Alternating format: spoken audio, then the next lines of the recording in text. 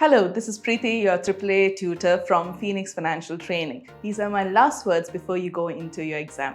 Keep in mind, you need to start off with section B of the paper before you move on to section A. Section B, there are 2 questions. Each of the questions should take you around 40 minutes to 45 minutes to complete it before you move on to section A of the paper.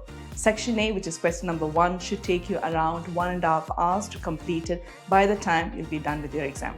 Keep in mind, in your last few days before you go into your exam, make sure you revise through the structures for each side of the questions. Like, for example, you have your audit risk, how do you need to approach that question, matters to be considered, matters to be discussed, audit reports. These are all different styles of questions and many more. So please make sure you go through each of these structures before you go into your exam hall.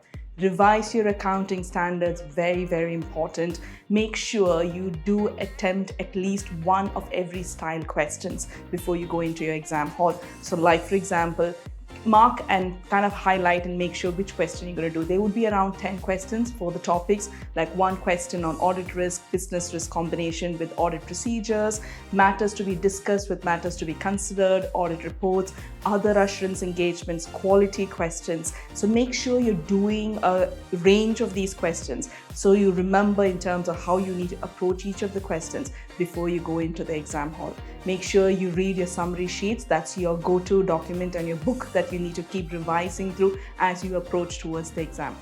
On the day of the exam, please make sure you just revise your accounting standards and you're going into the exam hall. Make sure you read through the technical articles one day before the exam, as well as the illustration of the audit report as well, which is very, very important. And make sure you have plenty of rest and plenty of sleep as well. So wishing you all the very best for your exam. Take care.